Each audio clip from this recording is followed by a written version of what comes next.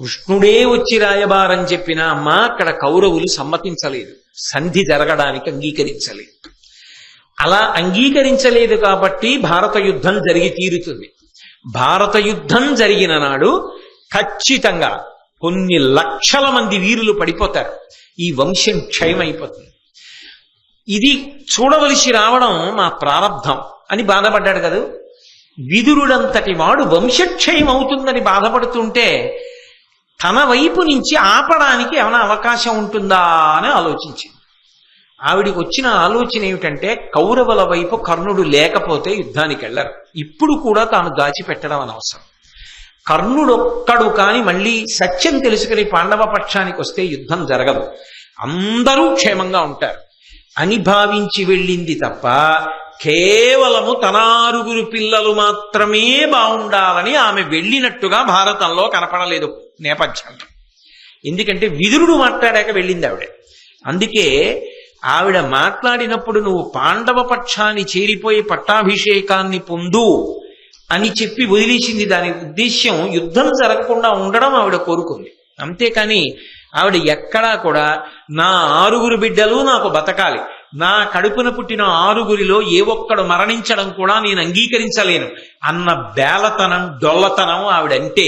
అర్జునుడు చచ్చిపోయినా నాకు పర్వాలేదు, ఘోరరణంలో మీ ఇద్దరు ఉత్తమమైన శౌర్యంతో పోరాడండి, ఆ మాట అన్నావు, పడగొడితే అర్జునుడిని పడగొట్టు అని. అంటే ఆమె క్షాత్రధర్మము వైపు యుద్ధ ధర్మము వైపు నిలబడింది తప్ప జనక్షయం కాకూడదని కోరుకుంది తప్ప కేవలము తన బిడ్డల గురించి మాత్రమే కుంతి ఆలోచించలేదు. కానీ కర్ణుడేమనుకున్నాడంటే, ఆమె తల్లిగా నా దగ్గరికి వచ్చి బిడ్డల గురించే ఆలోచిస్తోంది అనుకున్నాడు. అనుకుని 4 చంపను అన్నాడు తప్ప కుంతి అలా అడగలేదు. నాకెప్పుడూ 6 ఉండాలి, అందుకని 6 బ్రతకాలి, అందుకని నువ్వు వాళ్ళని చంపకు, నువ్వు వాళ్ళ పక్షానికి వచ్చేయి అని కుంతిదేవి ఎక్కడన్నా అడిగిందా? ఆవిడేం అడగలేదు. అంటే కర్ణుడు తప్పు చేశాడా? కర్ణుడు తప్పు చేయలేదు, కర్ణుడు ఒప్పే చేశాడు, తల్లిని తల్లిగా చూశాడు. కానీ ఆ తల్లితో అంత బాగా కలిసి మెలగనివాడు కాబట్టి ఆ తల్లి ఎంత ధార్మిక నిష్ఠతో ఎంత విశాల హృదయంతో మాట్లాడగలదో గమనించలేకపోయాడు. గమనించలేక కర్ణుడే ప్రతిజ్ఞ చేశాడు, 4 దొరికినా చంపనన్నాడు. 4 దొరికినా చంపనని కర్ణుడు అన్నాడు తప్ప కుంతీదేవి వరం అడగలేదు. ఎక్కడా భారతంలో కుంతీదేవి తాను నోరు విప్పి పాండవులు దొరికినా చంపవద్దు, నాకు 5 బిడ్డలు మిగిలేటట్టుగా నువ్వు చూడు అని అడిగిన కఠిన హృదయురాలు కుంతీదేవి కానే కాదు. వరమిచ్చిన కర్ణుడు ఆయన ఏమి తప్పు చేసి ఇచ్చినవాడు కాడు. ఆయన కూడా అమ్మతనాన్ని దృష్టిలో పెట్టుకుని పరమ ప్రేమతో ఆ వరాన్ని ఇచ్చాడు. ఆయన వరకు ఆయన భావన నిజం, కుంతి వరకు కుంతి భావన నిజం. కర్ణుడు ఆ మాట అనేసిన తరువాత ఆమె వాదనకి దిగలేదు. ఇది ఇంతే భగవత్ సంకల్పము అంది. అంటే నేను వచ్చి మాట్లాడినది ఒకటైతే నీకు ఒకలా అర్థమై ప్రతిజ్ఞ చేశావు. అంటే ఒక్క విషయం అర్థమైపోతోంది, ఖచ్చితంగా నువ్వు ఆ పాండవ పక్షానికి రావు, కౌరవ పక్షాన ఉంటావు, జనక్షయం జరుగుతుంది, వంశక్షయం అవుతుంది. కానీ అమ్మ ప్రేమని దృష్టిలో పెట్టుకుని 5 ఉంటారని నువ్వు అన్నావు. ఆ మాట కాదని అమ్మతనానికి నేను మచ్చ తెచ్చుకోలేను, కాబట్టి అలాగే చెయ్యి అని. కుంతీదేవి కర్ణుడు తన కుమారుడు అని చెప్పి ఉంటే అసలు ఈ భారత యుద్ధం జరిగే అవకాశం లేదు. ఆమె ఎంతకాలం నుంచో ఈ విషయాన్ని గుప్తంగా ఉంచింది. అప్పుడే కృష్ణ పరమాత్మ కర్ణుడితో చెప్పి వెళ్ళిపోయాడన్న విషయం కుంతీదేవికి తెలియదు. నా వంతు కర్తవ్యంగా నేను కర్ణుడితో నీవు నా కుమారుడవు అన్న మాట చెప్తే ఆఖరి నిమిషంలోనైనా అతని మనసు మార్చుకుని పాండవుల వైపుకి వచ్చేస్తే దాని చేత ఇంత వంశక్షయం జరగడానికి అవకాశం ఉండదు. కళ్ళ ముందు ఇంతమంది మహావీరులు, అందున పెద్దలైనటువంటి భీష్మద్రోణాదులు, కడుపున పుట్టిన కర్ణుడు, ఇంతమంది నశించిపోవలసినటువంటి అగత్యం ఏర్పడదు. ఇంకా తాను చెప్పకపోతే ఈ జరిగేటటువంటి వంశక్షయంలో తనకి కూడా కొంత పాత్ర ఉన్నట్లు అవుతుందని ఆమె పరివేదన పొంది కర్ణుడితో ఇక యథార్థాన్ని చెప్పేయాలి. ఇంకా ఇప్పుడు కూడా చెప్పకపోతే ఈ వంశక్షయానికి నేను కూడా కారణమైపోతాను, ఆ పాపం పంచుకోవలసి వస్తుందేమో అని మనసులో పరితాపం పొందిందో ఏమో ఆమె. కర్ణుడు ఎక్కడున్నాడు అని అడిగింది. కర్ణుడు తెల్లవారుజామున గంగానదిలో స్నానం చేసి వెన్నుపాం చురుక్కుమనే వరకు కూడా జపం చేస్తాడు. వెన్నుపాం చురుక్కుమనే వరకు అంటే నా ఉద్దేశం ఏమిటంటే ఎండ కొద్దిగా పైకి ఎక్కే వరకు. అప్పుడు కదా వీపు మీద పడుతుంది ఎండ. వీపు మీద పడే పర్యంతము ఆయన జపం చేస్తూ ఉంటాడు. ఆ జపం చేస్తున్నంతసేపు సమాధినిష్టలో ఉంటాడు. కర్ణుడు గంగానది ఒడ్డున స్నానం చేసి జపనిష్టలో ఉన్నాడు అని చెప్పారు. తిన్నగా ఆ గంగానది దగ్గరికి వెళ్ళింది. ఆయన స్నానం చేసి కూర్చుని జపం చేసుకుంటున్నాడు. ఆయన వెనక్కాతలే కూర్చుంది ఆవిడ. కొంతసేపు అయిన తర్వాత ఆయన బహిర్ముఖుడయ్యాడు. 4 దిక్కుల వంక చూశాడు. వెనక కుంతీదేవి కనపడింది. ఆమె పాండవుల యొక్క తల్లి. పాండవులు తనకు శత్రువులు కావచ్చుగాక, కానీ పాండవులను కల్ల తల్లి. ఆ కారణం చేత వెంటనే ఆమెకి నమస్కరించాడు. ఆ నమస్కారం చేసినప్పుడు పరమ గౌరవంతో అభివాదం చేస్తూ ప్రవర చెప్పినప్పుడు తాను అధిరథులు రాధాదేవి యొక్క కుమారుడను అని చెప్పి ప్రవర చెప్పి నమస్కారం చేశాడు. వింది కుంతీదేవి. విని వెంటనే ఆవిడంది, నాయనా నువ్వు ఇప్పుడు ప్రవరలో చెప్పినట్లుగా నిజానికి ఆ రాధాదేవికి అధిరథుడకు జన్మించినటువంటి వాడివి కావు. నువ్వు నా కుమారుడివి. నేను కుంతిభోజుడి దగ్గర పెరిగాను. దుర్వాసు మహర్షి ఇచ్చినటువంటి వరప్రభావంగా నిన్ను నేను పుత్రుడిగా పొందాను. అందుకని నువ్వు నాకు సూర్యుడికి కలిపి జన్మించినటువంటి వాడివి. కాబట్టి ధర్మరీత్యా పాండురాజు గారికి పెద్ద కుమారుడి అవుతావు. కాబట్టి నువ్వు పాండవుల పక్షానికి వచ్చి చేరిపోతే ఇక ఈ యుద్ధం జరగవలసినటువంటి అగత్యం ఉండదు. విశేషించి నువ్వు పెద్దవాడివి కనుక పట్టాభిషిక్తుడవై ఈ పుడమినంతటినీ కూడా నువ్వు ఏలుదువుగానివి. కాబట్టి పాండవుల పక్షానికి వచ్చేయవలసింది ఏంది. ఇదే కృష్ణుడు కూడా చేసిన ప్రతిపాదన. కానీ ఎదురుగుండా నిలబడినటువంటి వారు మారారు. ఇత పూర్వం కృష్ణుడు ఉన్నాడు, ఇప్పుడు కుంతీదేవి ఉంది. వెంటనే కర్ణుడు ఆమెను ఉద్దేశించి మాట్లాడడానికి సిద్ధపడుతుండగా సూర్యమండలంలోంచి ఒక వాక్కు వినపడింది. నాయనా, కుంతీదేవి ఏది చెప్పిందో అది సత్యం. కాబట్టి నీ తల్లి అయినటువంటి కుంతీదేవి చెప్పినటువంటి మాటనే నువ్వు మనసులో పాటించి చక్కగా నిర్ణయాన్ని తీసుకున్నట్లయితే అందరికీ కూడా శ్రేయోదాయకం అవుతుంది. కాబట్టి ఆమె చెప్పినటువంటి మార్గంలో నడు అని సూర్యమండలంలోంచి వినపడింది. కానీ కర్ణుడు కుంతీదేవి వంక తిరిగి ఒక మాట అన్నాడు. క్షత్రియ సంస్కారమునకు పాత్రముగా నీవు నన్ను పాటింపవు. ఇహాముత్ర ఫలములకు నీకే పుత్రుడనని వచ్చుటింక పోలుని చెప్పుమా. అమ్మా, నువ్వు నన్ను కన్నప్పుడు నేను నీ కుమారుడను అన్న విషయాన్ని లోకానికి చెప్పలేదు. నేను నీ కుమారుడనైతే నువ్వు నాకు ఎటువంటి సంస్కారములను అందించవలసి ఉంటుందో అటువంటి సంస్కారములను నువ్వు నాకు అందించలేదు. నేను వాళ్ళ కడుపున పుట్టకపోయినా నేను వాళ్ళ కుమారుడనని పెంచి పెద్ద చేసి నాకు సంస్కారములను అందించినటువంటి వాళ్ళు అధిరథుడు, రాధాదేవి. కాబట్టి ఇప్పుడు నేను నీ కుమారుడను అని చెప్పినంత మాత్రం చేత ఇహము పరము ఎలా సంప్రాప్తిస్తాయి? చాలా పెద్ద ప్రశ్న వేశాడు. చాలా గంభీరమైనటువంటి ప్రశ్న వేశాడు.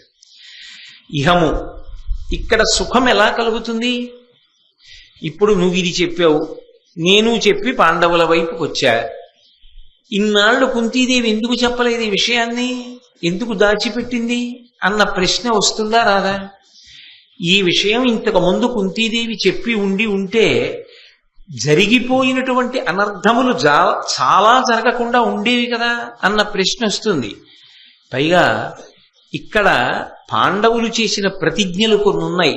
ఆ ప్రతిజ్ఞలు ఎలా నెరవేర్చుకోగలుగుతారు ఇప్పుడు? ఇక పరమనకు సంబంధించి ఇంతకాలము నేను వాళ్ళ కుమారుడిగా కదా పెరిగాను, ధర్మరాజు కదా మీ కుమారుడిగా పెరిగాడు. పాండురాజు గారు మరణించినప్పుడు చెయ్యవలసినటువంటి కార్యములన్నీ కూడా ఎవరు చేశాడు? తండ్రిని ఉద్దేశించి ధర్మరాజు గారు చేశాడు. అప్పుడు నేను చెయ్యని వాడు అయ్యాను కదా. ఇప్పుడు వచ్చాననుకో, ఇప్పుడు పెద్ద కుమారుడిగా నీకు చెయ్యాలి. ఇన్నాళ్ళు చెయ్యడానికి అధికారం లేనివాణ్ణి ఇప్పుడు చెయ్యడానికి అధికారం పొందడానికి నువ్వు నాకు కొత్తగా సంస్కారములను కల్పిస్తావా ఇప్పుడు? మరి అప్పుడు నీకు ఈ దురదృష్టి కలగలేదా? ఈ పిల్లవాణ్ణి ఇలా వదిలేస్తే రేపు చెప్పడం కుదురుతుందా? పెద్దవాడయ్యాక చెప్పడం కుదిరినా ఇహపరములు నాకు సమన్వయం అవుతాయా? పెద్ద కొడుకు వైపు నుంచి జరగవలసినటువంటివి జరగడం సంభవం అవుతుందా అని నువ్వు ఆలోచించలేదు కదమ్మా. కాబట్టి ఇప్పుడు నేను పాండవ పక్షానికి వచ్చినంత మాత్రాన జరిగేటటువంటి ప్రయోజనం ఏమిటి అంటే, ఆయన ఏ ఉద్దేశ్యంలో అడుగుతున్నాడంటే, కుంతీదేవి వచ్చి ఇప్పుడు ఈ ప్రశ్న నన్ను అడిగింది అంటే నేను యువతలి పక్షంలో ఉండడం వల్ల పాండవులకు ప్రమాదం ఏర్పడుతుంది, నా యొక్క శౌర్యము చేత నేను పాండవులను చంపుతాను. అథవా అర్జునుణ్ణి చంపకపోయినా ధర్మరాజు, భీముడు, నకులుడు, సహదేవుడు నా చేతిలో పడినప్పుడు ఖచ్చితంగా సంహరింపబడతారు. కాబట్టి ఇత పూర్వం తాను ఎవరికి సంస్కారములను అందించిందో వారు బ్రతకాలనుకుంటోంది, అందుకుని నా దగ్గరికి వస్తోంది, అందుకు నా దగ్గరికి వచ్చింది అని బహుశः ఆయన మనస్సులో అనుకున్నాడు. అనుకుని అందుకే దాన్ని కుంతీదేవి యొక్క వ్యక్తిగత విషయంగా మాట్లాడాడు. నువ్వు నన్ను ఇతపూర్వం ప్రకటించలేదు కదా, ఇప్పుడు ఎందుకు నన్ను కుమారుడిగా ప్రకటించాలనుకుంటున్నావు?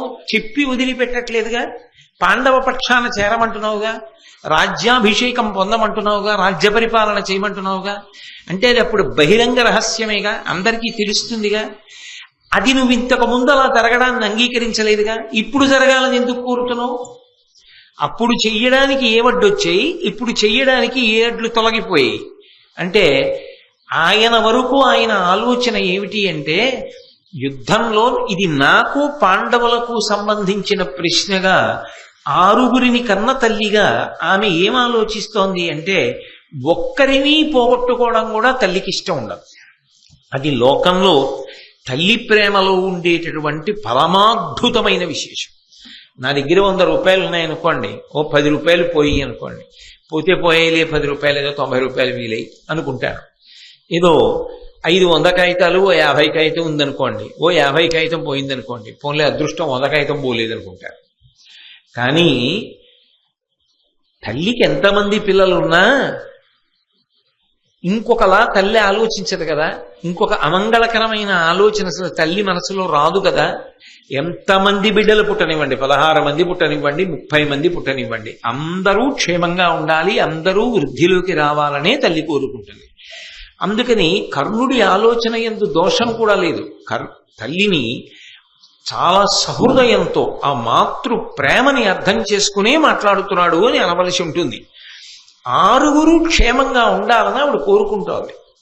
ఇప్పుడు నేను ఇటువైపు ఉంటే అటు 5గురిలో బహుశः 5గురు అయినా పడిపోవచ్చు, 4 పడిపోవచ్చు, లేదా నేనొక్కడనే పడిపోవచ్చు. కానీ 6గురు మాత్రం ఉండడం ఆవిడికి ఎప్పటికీ సంభవం కాదు. ఇటు తాను ఉన్నంతకాలం కుంతీదేవి 6గురు బిడ్డల తల్లిగా కనీసం తన కొడుకని తెలియకపోయినా కళ్ళ ముందు చూసుకుంటోంది కదా.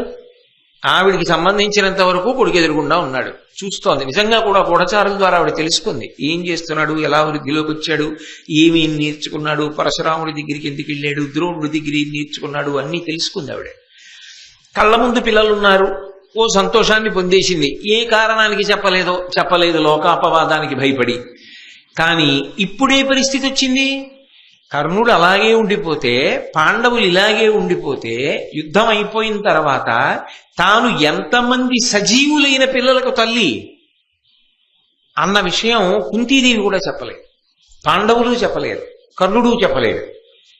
అప్పుడు ఈ పాపం నాది కాదా, ఇది చెప్పుంటే 6గురు బతుకునేమో, అలాగా అది కర్ణుడికి వస్తాడేమో, రాకపోతే నా తప్పు లేదు కదా, కనీసం నాకు 6 బ్రతకాలనే కదా నేను కోరుకున్నాను అన్న విషయంలో తనకి ఒక తృప్తి ఉండాలని, 6 బ్రతికి ఉండాలని బహుశः ఈమె నా దగ్గరికి వచ్చి ఉంటుంది అని కర్ణుడు అనుకున్నాడు. అలా అనుకోవడం తప్పు కూడా కాదు. ఎందుకని అంటే ఒక తల్లి యొక్క హృదయం ఎలా ఉంటుంది అన్నదాన్ని మనసులో పెట్టుకుని మాత్రమే కర్ణుడు మాట్లాడుతున్నాడు. కాబట్టి కర్ణుడు ఆ విషయంలో ఏదో దోషభూయిష్టంగా మాట్లాడాడు అని చెప్పడానికి అవకాశం ఏం లేదు. అందుకే ఒకవేళ మేము 6 బతికినా అమ్మా నువ్వు కోరుకున్నట్టు, అప్పుడు నేను పెద్దవాణ్ణి కదా, నేను పెద్దవాళ్ళను కాబట్టి ఇహము పరము రెండింటినీ చూడాలి కదా. నువ్వు పట్టాభిషేకం ఇహం మాట్లాడుతున్నావు, నాకు రాబోయేది మాట్లాడుతున్నావు. పరం, నాకు పరం ఎలా ఉంటుంది? మిత్రద్రోహం చేయలే ఆఖరి నిమిషంలో యుద్ధంలో, అప్పుడు నాకు ఇహమునందు రాజ్య వైభవం ఉంటుందేమో, శరీర పతనానంతరము నా పరిస్థితి. ఇప్పుడు రాజ్యం లేకపోయినా ఇహమునందు నేను పొందనిదేమిటి? దుర్యోధనుడు నాకు రాజ్యాభిషేకం చేశాడుగా, అంగరాజునయ్యానుగా. అంగరాజునేమిటి, ఇంచుమించు అర్ధసింహాసనం ఇచ్చి గౌరవించినంత గౌరవించాడుగా. దుర్యోధనుడి అంతేవాసిగా దుర్నిరీక్షుడనయ్యానుగా. ఇంకా ధర్మరాజు గారు వాళ్ళు 12 ఏళ్ల అరణ్యవాసం, 1 ఏడాది అజ్ఞాతవాసం చేశానేమో కానీ నీ చేసింది ఉంది రాజరికమేగా. పొందవలసిన రాజభోగాలన్నీ పొందానుగా. ఒకవేళ ఇప్పుడు యుద్ధానికి వచ్చాననుకో, చచ్చిపోయాననుకో, పాండవుల చేతిలో వీరస్వర్గాన్ని పొందుతాను. ఇప్పుడు నేను అలా దుర్యోధనుడి వైపు కాకుండా పాండవుల వైపుకి వచ్చాననుకో, పాండవుల వైపుకి వస్తే నాకు ఇహమునందు ఏమవుతుంది? పట్టాభిషేకం అవుతుంది అంటున్నావు. అప్పుడు ఏముంటుంది? రాచరికమే ఉంటుంది. నేను తినేది రాచకూడే, అనుభవించేది రాచభోగాలే. దానికి ఇప్పుడు నేను అనుభవిస్తున్న కన్నా పెద్ద భిన్నంగా ఏముంటాయి కనుక ఇహమునందు ఏ మార్పు ఉంది? ఇక పరమంటావా? పోతుంది ఖచ్చితంగా. మిత్రద్రోహం చేశాను కదా, ఆఖరి నిమిషంలో యుద్ధం వదిలేసి దుర్యోధనుడికి ద్రోహం చేసి ఆవలపక్షాన్ని చేరిపోతున్నానుగా. ఈ మిత్రద్రోహం నన్ను కట్టి కొడపదా? రాజుగా సింహాసనం మీద కూర్చుని ఎప్పుడో యుద్ధంలో కాకుండా అఖండ భూమండలానికి చక్రవర్తినవుతాను. ధర్మజ భీమ అర్జునుడు కులసాదేవులు నాకు సోదరులను అనుగమించగా ఈ లోకంలో నన్ను ఎదిరించి నిలబడగలిగిన వీరుడు ఎవరు ఉంటాడు? నేనే మహావీరుడనై ఉండగా ఇక నన్ను ఎవరు ఎదిరించే అవకాశం ఉండదు. అప్పుడు నాకు యుద్ధంలో మరణించే అవకాశం ఉండదు. నేను ఎలా మరణించాలి? అప్పుడు జ్వరంతో మరణించాలి. జ్వరం అంటే రోగం. రోగంతో మరణించిన వాడు వీరస్వర్గం అలంకరించగలడా? మహాపుణ్యాత్ముడైతే అలంకరించాలి. నాకు మిత్రద్రోహ దోషం వస్తుందిగా. అప్పుడు నాకు పరమేమైంది? నీకు సంబంధించినంత వరకు పాండురాజు గారికి నేను చేయలేదుగా, ధర్మరాజు గారిగా చేశాడు పరలోక క్రియలు. ఇప్పుడు నేను కొత్తగా ఎలా చేయను? నువ్వు అసలు పుట్టగానే నాకు ఇవ్వవలసిన సంస్కారములు నువ్వివ్వలేదుగా. ఇన్ని ప్రశ్నలు ఇక్కడ ముడిపడి ఉండగా ఇంత తేలిగ్గా పాండవుల వైపుకి వచ్చేయని ఎలా వచ్చావమ్మా? 6 బతికుండిపోవాలని కేవలం అమ్మ ప్రేమతో వచ్చావా ఇన్నాళ్ళకి? మంచిదే, 6 బ్రతికుండాలని కోరుకున్నావు. ఆ విషయంలో నేనేమన్నమ్మా? ఒక తల్లికి ఆ ప్రేమ ఉంటుంది. కానీ నువ్వు అడిగినా నాకు మనసులో అలా ఉండాలని ఉన్నా ఇప్పుడు ఇక చేయి దాటిపోయిందిగా. ఇప్పుడు ఇంకా అలా కలవలేనుగా, ధర్మం అడ్డొస్తోందిగా. కాబట్టి ఇహపరములకు పనికిరాని ఈ ప్రతిపాదన దేనికమ్మా? ఎలా సాధ్యం? విజయ విక్రమంబు విఖ్యాతమయ్యుండ నేను కుంతి కొడుక భానుజుండననుచు అతని కూడా నరిగిన అతనికి వెరచిపోయినరే వేయునేల. లోకంలో అందరికీ తెలుసు నాకు అర్జునుడికి స్పర్ధ ఉన్నది అని. అందరికీ తెలుసు కురుక్షేత్రంలో దుర్యోధనుడు నన్ను నమ్ముకునే యుద్ధానికి వస్తున్నాడు, నేనే అర్జునుడితో యుద్ధం చేస్తాను అని. ఇప్పుడు నేను యుద్ధం మానేసి నేను కుంతీదేవి కొడుకుంటా, నిన్ననే చెప్పారు ఆవిడ. నేను సూర్యుడి కొడుకుంటా, నిన్ననే చెప్పాడు సూర్యమండలం నుంచి, ఒరే మీ అమ్మ చెప్పింది సత్యమేరా అని, అందుకని పాండవుల వైపుకి వెళ్ళిపోతున్నాను అని నేనంటే లోకమంతా ఏమంటుంది? అర్జునుడితో యుద్ధం ఇప్పుడు తాడో పేడో, మన్నుటయో మరణించుటయో, ఈ స్థితిని ఎదుర్కొనలేక పిరికి పందయి మిత్రద్రోహం చేసైనా ప్రాణాలు నిలబెట్టుకోవడానికి అర్జున పక్షాన చేరిపోయాడు కర్ణుడని అనదా? లోకమంతా నింద చేస్తే అది అపకీర్తి కాదా? ఇంత అపకీర్తి మూట కట్టుకున్న నాకెందుకమ్మా పట్టాభిషేకం? దానివల్ల ఏమిటి కలిసి వస్తుంది? నాకొద్దు. అందుకని అది సాధ్యపడదు. నువ్వు అడిగిన మాట నేను అంగీకరించలేకపోవడానికి ఇన్ని కారణాలు ఉన్నాయి. ఇంత అపకీర్తిని నేను పొందలేను అంటే అందులోనే మీరు ఒక విషయాన్ని ఆలోచించండి. కుంతీదేవి ముందెందుకు చెప్పలా?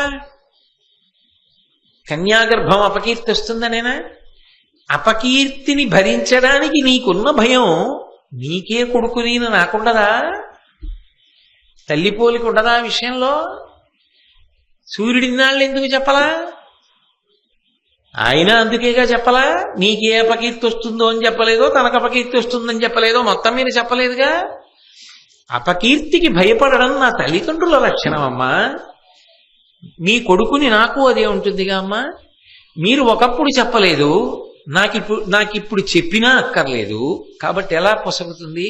అది వేళ దాటిపోయిందిగా. అది ఇంకా మళ్ళీ నోటితో అనాలా? స్పష్టంగా అందులో అంతర్లీనంగా ప్రతిపాదింపబడుతోంది కదా. కాబట్టి ఏ అపకీర్తికి భయపడి నిలబడిపోయారో ఆ భయమే ఇప్పుడు వేరొక భయంగా మారిన, ఆరుగురు మిగులుతారా అన్న భయంగా అమ్మా నీకు మారిన, నేను చెయ్యగలిగినది కలిగదు. అది తాత్పర్యం. కాబట్టి తల్లి కడింది పగరని దెప్పక గడవంగా నీదం దలచు కౌరవనాథుండు చెడుగాక ఎంచు ఇత్తరి విడువదగునే అతని వలన వెలసిన వాడన్. అమ్మా, దుర్యోధనుడున్నాడే, నా మీద ఎన్ని ఆశలు పెట్టుకున్నాడో తెలుసా? అతనికి తెలుసు ఈ జరగబోయేటటువంటి యుద్ధం గురించి. అర్జునుడి యొక్క పౌరుష ప్రతాపాలు, ధర్మరాజు గారి యొక్క ధార్మిక నిష్ఠ, భీముని యొక్క గదాయుద్ధ కౌశలము, నకుల సహదేవుల యొక్క పౌరుష పరాక్రమాలు, దృష్టజ్యుమ్నుడి యొక్క జనన విశేషము, ద్రుపదుడు చేసినటువంటి యజ్ఞము, శ్రీకృష్ణ పరమాత్మ యొక్క అండ, ఇవేవీ తెలియనటువంటి వాడు కాడు దుర్యోధనుడు. తెలిసి కడింది పగరనేదెప్పక కడవంగా, ఆ యుద్ధమనేటటువంటి మహాసముద్రం, ఆ సముద్రంలోకి దీవుకి ఈదడం మొదలుపెట్టిన తర్వాత చేతులతో ఈదినవాడు గట్టు చేరడం. కానీ ఒక పడవ ఉందనుకోండి, ఒక ఓడ ఉందనుకోండి, వాడికి ఆశ ఉంటుంది. వాడు మాత్రం అవతల గట్టుకి ఎడతానన్న ఆశతోనే ఓడెక్కుతాడు. ఓడెక్కిన వాడు వస్తానో రానో చెప్పలేనోయ్ అని చెయ్యి ఊపడవుతాడు. అవతల దేశానికి తప్పకుండా చేరుతాను, మళ్ళీ వస్తానని నమ్మకం. ఎందుకంటే నౌకతో వెడుతున్నాడు. అదే కానీ సముద్రంలో దూకి అవతల దేశానికి ఈదుకుంటూ వెడతానన్నవాడు ఖచ్చితంగా చెయ్యూపి అక్కడికి వెళ్ళిపోతానని చెప్పడం సాధ్యం అవుతుందా? అవదు. దుర్యోధనుడు ఇవాళ యుద్ధమనేటటువంటి సముద్రంలో దూకడానికి కారణం ఏమిటో తెలుసా? ఏ ధైర్యం చూసుకునో తెలుసా? కడింది పగరని తెప్పగ కడవంగా, నన్ను నౌకగా భావిస్తున్నాడు, నన్ను తెప్పగా భావిస్తున్నాడు. ఈదదలచు కౌరవనాథున్, ఆ సముద్రాన్ని ఈదాలనుకుంటున్నటువంటి కౌరవనాథుడికి నేను తెప్ప అని ఆయన నమ్మకంతో ఉన్నప్పుడు చెడుగాక ఎంచు ఇత్తరి విడువదగునే. పోతే పోయాడు, మనకేమిటి? మనం చేయగలిగింది చేశాం. ఇప్పుడు మరి మనం ఏం చేస్తాం? వాళ్ళ అన్నయ్యనని తెలిసింది, అటు వెళ్ళిపోతున్నాం. వాడి కర్మ, వాడు వెళ్ళిపోతే మనకి అని విడిపోవడం నాకు సాధ్యమవుతుందా? అవదు. అతని వలన వెలసినవాడం. ఇవాళ కర్ణుడు అన్న పేరుకి ఇంత గౌరవం ఉందంటే, ఇంత ప్రఖ్యాతి ఉందంటే, ఇంతమంది భయపడతారంటే, ఈ పేరు, ఈ ప్రఖ్యాతి ఇవన్నీ రావడానికి కారణము ఆ దుర్యోధనుడు. అటువంటి వాణ్ణ మిత్రద్రోహం చేసి నేను సముద్రంలో ముంచేసి వెళ్ళిపోవడం సాధ్యమవుతుందా? నేను అలా చేయగలనా? నేను చెయ్యలేనమ్మా. కౌరవుల చేత కుడిచిన వారికి ఇది సమయము, ఎట్టివారును సంగ్రామారంభమున బాయుదురే, రాజులు మనల తిట్టరే అట్లయినన్. ఎక్కడైనా కూడా లోకంలో అమ్మా ఒక నీతి ఉంటుంది. ఆ ఇంటి కూడు తిన్నాం అంటే ఆ ఇంటి అన్నం తిన్నాం, వాళ్ళు పెట్టిన భోజనం చేశాం, వాళ్ళకే ద్రోహం చేయడమా? తిన్న ఇంటి వాసాలు లెక్కెట్టాడంటారు. ఎవడు అన్నం పెట్టాడో వాడికి ద్రోహం చెయ్యరు. అందుకేట పూర్వం రాజులు సైన్యాన్ని తీసుకుని యుద్ధానికి వెళ్ళినప్పుడు భోజనం చేసే ముందు ఫలానా చక్రవర్తి పెట్టిన భోజనం అని చెప్పి తినిపించేవారట. అంటే ఆ కృతజ్ఞతాభావం ఉండాలి. నిజంగా వాళ్ళు అలా పాపం ప్రాణాలు ఉడ్డి చేశారు కూడా. ఎప్పటికీ సైన్యానికి అదే గౌరవం. నిజంగా ఉద్యోగం అంటే వాళ్ళదే, దేశభక్తి అంటే మొదట చెప్పుకోవలసిన వాళ్ళు వాళ్లే కదూ. స్వాతంత్ర సమర యోధుల తరువాత ఎప్పటికీ అలా మంచులో అలా కొండల్లో నిలబడి అటువంటి ఉద్యోగాలు చేసి అలా దేశ సంరక్షణ చేస్తారంటే ఆ సైన్యానికి 2 చేతులెత్తి నమస్కరించకపోతే ఇక సంస్కారం అన్న మాటకు అర్థమై ఉంటుంది. కాబట్టి అమ్మా,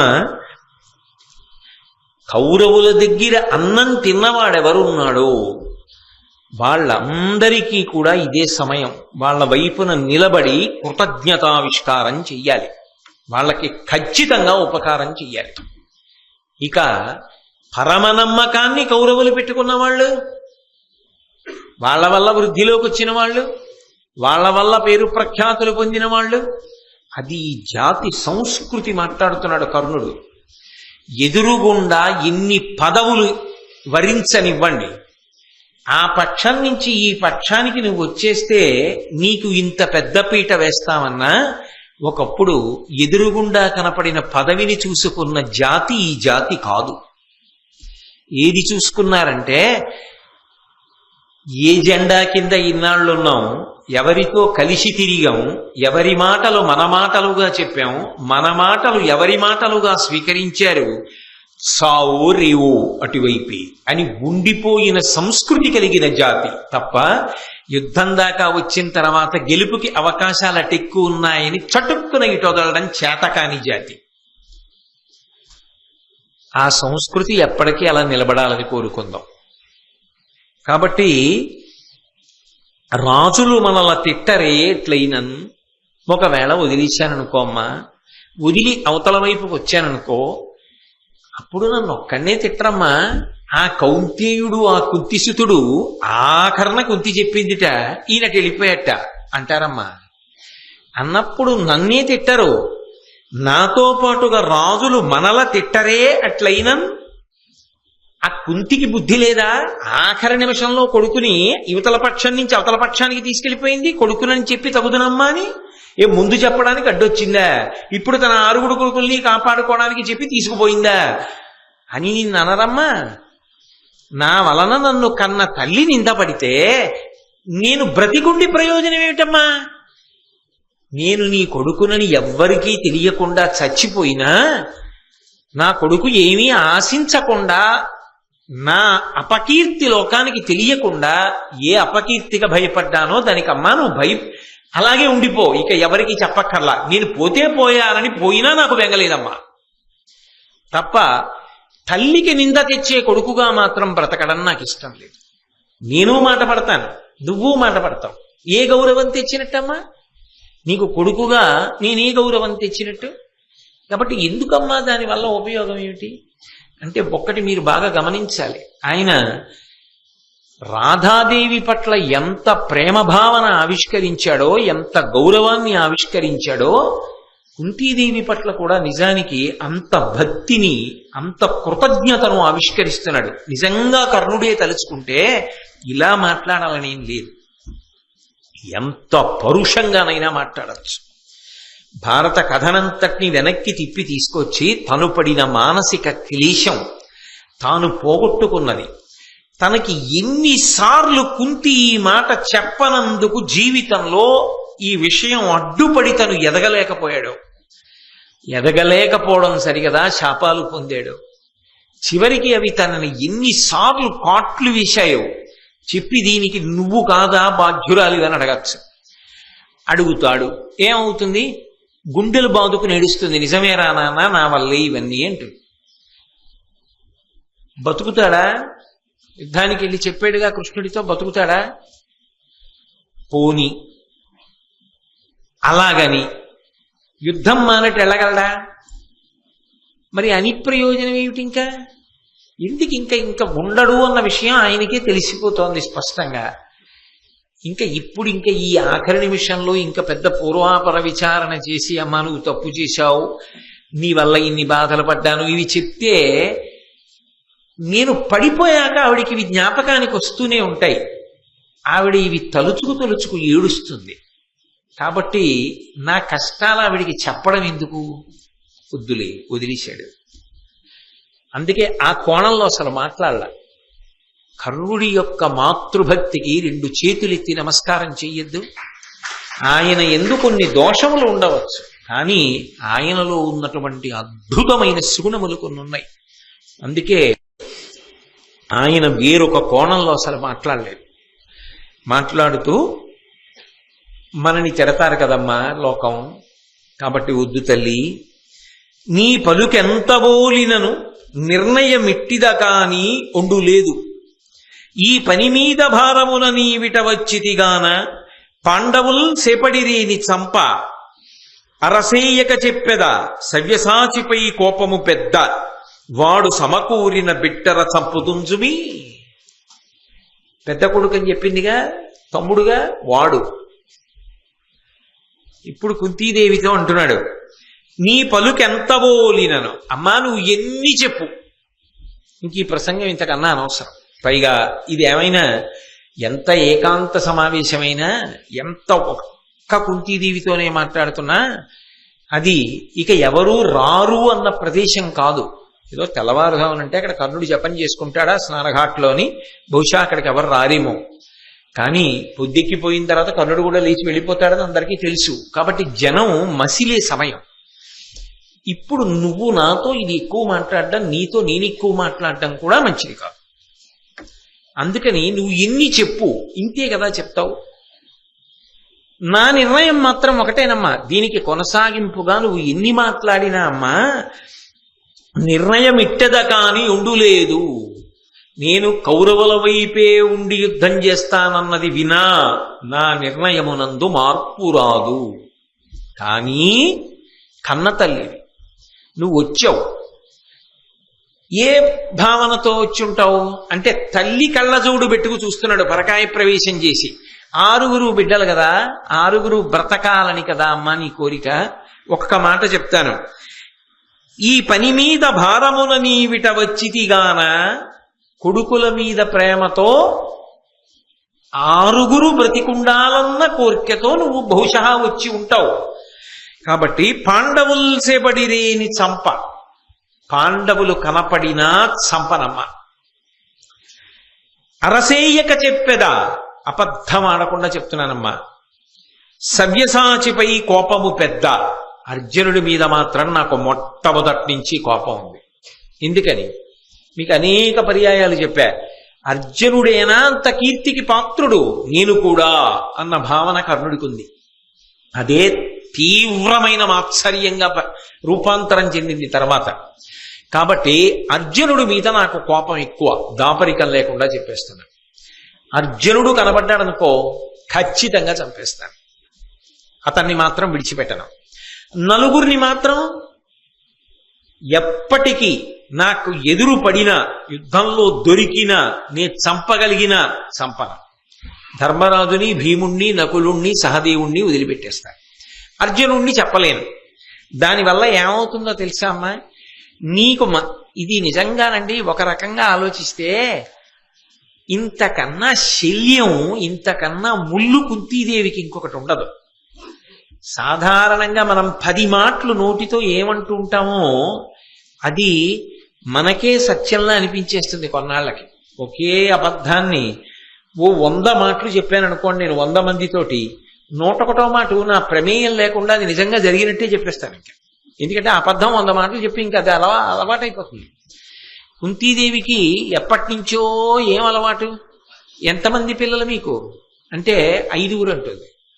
నిజానికి కుంతీదేవికి ఎంతమంది పిల్లలు? యథార్థానికి ఆవిడికి 3 పిల్లలు, ధర్మరాజు, భీముడు, అర్జునుడు. నకులు సహదేవులు ఎవరు? మాద్రి పిల్లలు. ఆమె మాద్రి సంతానం అనుకోండి.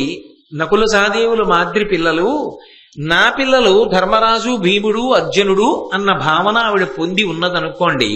అనేక సందర్భాల్లో భారతంలో కుంతీసుత మధ్యముండు అంటుంటారు అర్జునుణ్ణి. కుంతీసుత మధ్యముండు అర్జునుడు ఎలా అవుతాడు? కుంతీదేవి యొక్క సంతానం ధర్మరాజు, భీముడు, అర్జునుడు. అప్పుడు భీముడు మధ్యలో వాడవుతాడు, అర్జునుడు అవడం. కానీ అర్జునుడిని ఉద్దేశించి కుంతీసుత మధ్యముండు, విరాట పర్వంలో కూడా ఉంది ఆ మాట. కుంతీసుత మధ్యముండు అంటారు. అర్జునుడు ఎలా అయ్యాడు మధ్యలో అంటే ధర్మరాజు భీముడు ఓ పక్క, నకులుడు సహదేవుడు ఓ పక్క ఉంటే మధ్యలోకి అర్జునుడు వస్తాడు. మరి మాద్రి సంతానంగా కుంతీ సంతానం కాదుగా అని మనం అనుకుంటామేమో, కుంతీదేవి అనుకోదు. ఆవిడ నా బిడ్డలే అనుకుంటుంది నకుల సహదేవుల్ని. తన సవతి బిడ్డలన్న మాట ఆమె జీవితంలో ఎప్పుడూ అనుకోలేదు. కాబట్టి కుంతీదేవి తన సవతి పిల్లల్ని కూడా తన పిల్లలుగానే చూసుకున్న ఉదార హృదయ. అందుకని నీకెంతమంది పిల్లలు అంటే 5 అంటుంది. నిజానికి ఏమనాలి? 3 అనాలి. 5 అంటుంది. నీ సవతి బిడ్డల్ని కూడా నీ బిడ్డలని చెప్పగలిగినంత ఉదార హృదయం. కానీ నా ఒక్కడి దగ్గరికి వచ్చేటప్పటికే నీ కడుపున పుట్టిన బిడ్డనైనా మాత్రం 6 నా పేరు ఎప్పుడు చెప్పరా. ఎందుకో నా ఒక్కడి విషయంలోనే ఆ కాఠిన్యం అలా ఉండిపోయింది. పోనీ నేనేమన్నా తప్పు చేశానా అంటే, అమ్మా పొత్తిళ్లలో ఉండగా వదిలేశావుగా, నేనేం చేయలేదుగా. కాబట్టి మాద్రి బిడ్డలు కూడా బతికుండాలని నీకు కోరిక. నా మీద ఆ కోరికుంటే నన్ను వదిలేదానివి కావుగా, నా మీద ఆ ప్రేమ ఉంటే ఇప్పుడు కాదుగా ఎప్పుడో చెప్పేదానివిగా. కాబట్టి అథవా ప్రధానంగా నీ కోరిక ఏమయ్యి ఉండాలి? ఆ 5 బ్రతకడం అయ్యి ఉండాలి. 5 వదిలేస్తానని నేను చెప్పలేనమ్మా, 4 వదిలేస్తాను. నీకు అలవాటు ఉంది కదూ 5 బిడ్డలు నాకు, 5 బిడ్డలు నాకని. 5 నాకు బిడ్డలు అన్న మాట అని ఇప్పుడు 5 బిడ్డల తల్లిని కాను అని నువ్వు కళ్ళ నీళ్లు పెట్టుకోవలసిన అవసరాన్ని మాత్రం కల్పించాను. నువ్వు నా పట్ల కఠిన చిత్తవైనా ఒకప్పుడు అవన్నీ పైకి అనడవు. కానీ అంతేనా కాదా? భారతంలో 5 తల్లిగానే ఉంటావు ఇప్పుడు. ఎలాగో తెలుసా అమ్మా? సవ్యసాచి చేత చచ్చుటయును కీర్తి కరమ అతడు లోనుగాగా ఏవురు, ఏనులోనుగాగా ఏవురు, కానీ నీ కొడుకులు 6 విడువు ఇంకా. అర్జునుడితో యుద్ధం చేసి తీరుతా, అర్జునుడు దొరికితే చంపేస్తా.